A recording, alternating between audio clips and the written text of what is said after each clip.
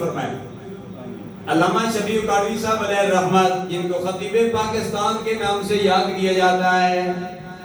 وہ شہدائے کربلا کے حوالے سے، حق و باطل کے مارکے کے حوالے سے یوں فرماتے ہیں کہ ہزاروں میں 72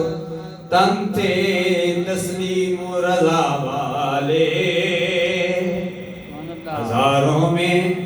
72 تن تھے تسلیم و رضا والے،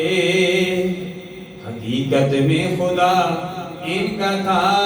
اور یہ تھے خدا والے، دعائے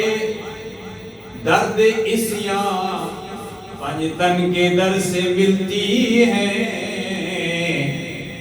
دعائے درد عصیاں پنجتن کے گھرانے سے ملتی ہیں،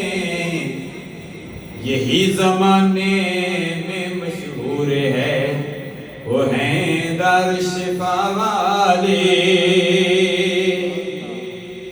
جو حق کی طرف تھے وہ 72 تھے اور جو باطل کی طرف تھے وہ ہزاروں کی تعداد میں 20,000 سے زائد یزید